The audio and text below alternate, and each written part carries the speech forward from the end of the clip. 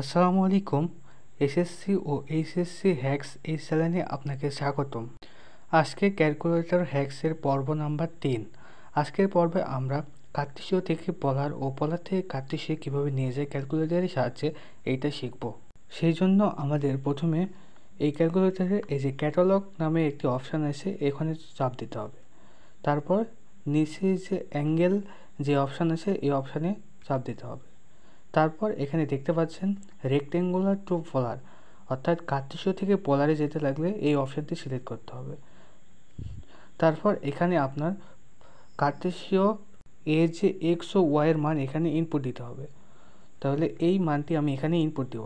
তাহলে 1 শিফট তারপরে কমা দিতে হবে, কমা আছে এখানে, কমা √3, তারপর ইকুয়াল। তাহলে দেখতে পাচ্ছেন এখানে আর এর মান 60 ডিগ্রি, আর এর মান 2 এবং থিটার মান 60 ডিগ্রি। আর সমান 2 ও থিটা সমান 60 ডিগ্রি। তারপর একইভাবে এইটাকে পলার থেকে কার্তেশীয়তে স্থানান্তর করব। এই জন্য আমাদের ক্যালকুলেটরে আবার ক্যাটালগে যেতে হবে।